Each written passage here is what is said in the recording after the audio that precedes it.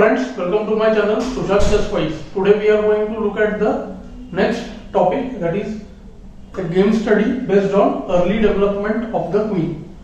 We have seen some games before where the early development of queen was exploited.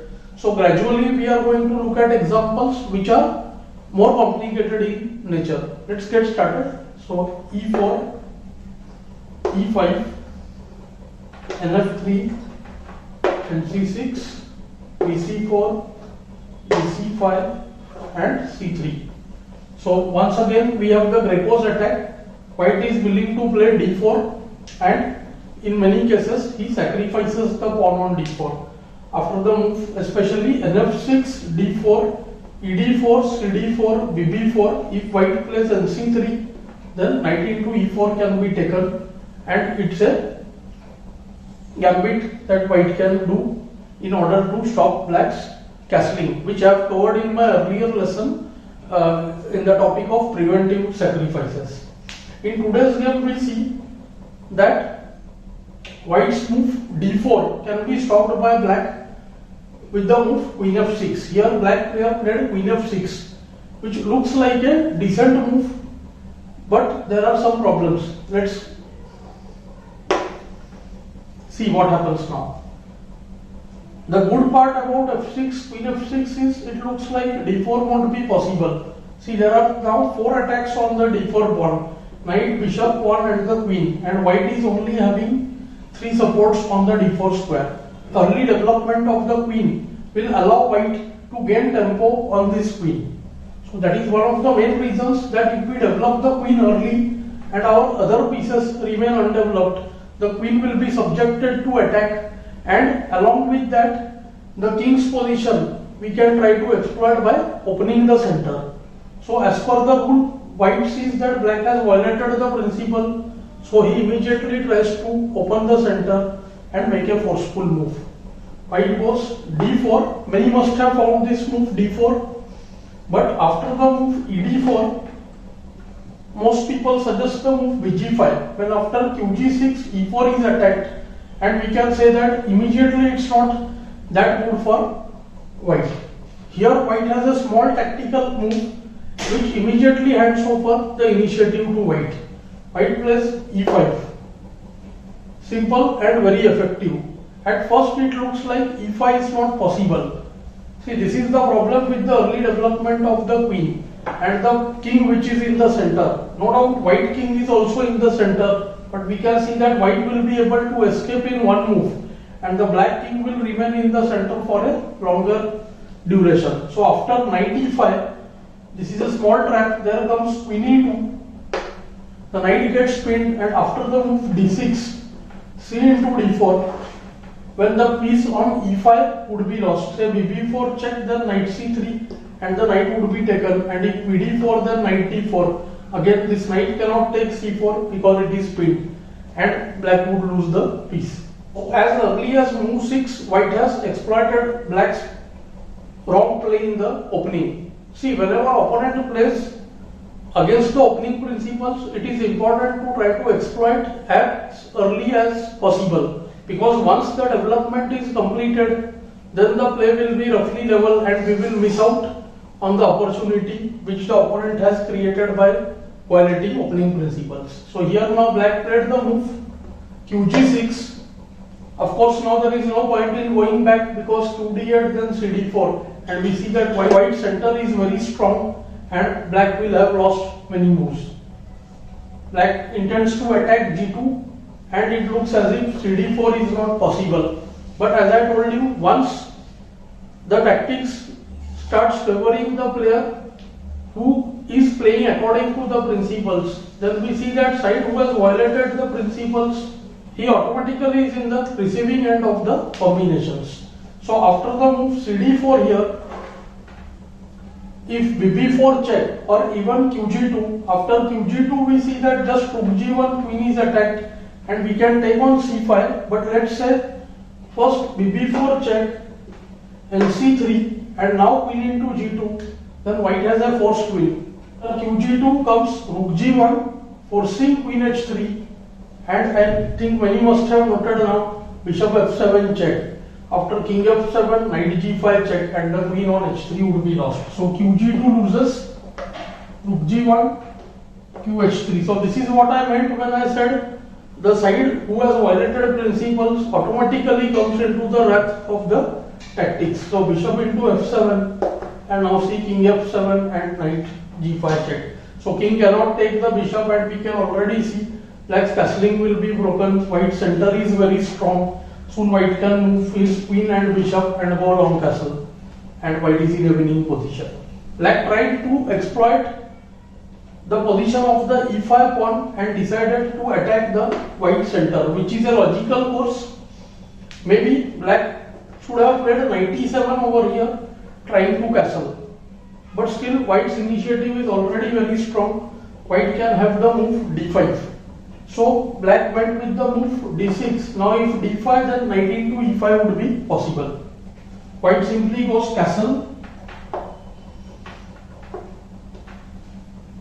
getting himself out of this pin. And now after the move bishop c3, bc, we can see that white is already clearly better. Black can use some tactical ideas here, but with inadequate development or playing against the opening principle, if one tries to create tactics, it backfires badly. Already we have seen 2 or 3 variations where black was getting under the tactical play. So bishop h3 if played here. Here white can go with the move knight h4, qg4, ed6, opening the black's king position in the center, or he can again use the same idea. Black has violated the opening principle, he is playing with limited pieces, so white can move the same piece again and create tactics. Now bf7 check is threatened, and the knight is attacking the bishop on h3 also. So this would be instantly winning for white. Black played d into e5, thinking that he will get some respite after knight e5. We see that knight into e5, de5, knight e7, and black would like to take his king to a safer place. But here white again got the strong move, white to play, and we can say that almost it is close to a winning position now. I hope you must have got the move d5. Now if the knight moves, then knight into e5, and instantly let's say he moves like knight e7, then there comes knight e5, when soon d6 followed by nf7 or bf7 check would settle the game in white's favor. And bishop is eyeing the a3 square, queen can go to a4 square with a check whenever required. Black now in a desperate situation tried to go for a combinative idea, trying to create some attack near the white king. So black played bh3. From this point on, all the moves are roughly forced, and it is white to play and win. No doubt, black is creating some mating threat near the white king, but white is able to force things now because of his superior development, to bishop advantage, and especially the open center where the black king is also caught in the center. So comes knight h4. Now the starting of a forced series of moves. So it's a combination now. Knight h4, queen is attacked, supports g2, and the c6 knight is also attacked. So black is compelled to counter attack. Black goes qe4. After the move qg4, just queen into g4, bishop g4, dc6, and white would have won the piece. And here d into c6 first, trying to force the queen away. Queen c4, eliminating the dangerous bishop. Now g into h3. Note how nicely white has forced the pieces to disappear, and what has happened here is white is the one who has the active pieces. So from the first look, many will say black has a queen which is ahead and it is near the white king. But look at the weakness on the d7 square and the open bishop on c1. Plus the rooks will soon get corrected and black never gets any chance. So comes qd7 check, king f8, bishop a3 check, knight e7, it's a forced win now. C into B7, forcing the rook to go to E8. If rook B8, then queen C8 check wins on the spot. Rook into C8, then B into C8 mates because the knight on E7 is pinned. So rook E8, and white is not giving black any chance whatsoever. Queen into E8 check, king E8, B8 equal to queen check, KD7. Here white would have normally just grabbed the rook, but he goes for the intermezzo. Rook a d1 check, further improving all his pieces. King comes out to e6, king c6 would be even worse because after queen h8, then queen e8 and queen a8 both will be very, very strong. So king e6, queen h8, and black played the move. Already we can say that it was time to resign, but black was just setting a trap. Let's say white plays any move like qe8 here, trying to win the knight, then qg4 check, king h1, queen f3, and suddenly we notice that the position becomes drawn.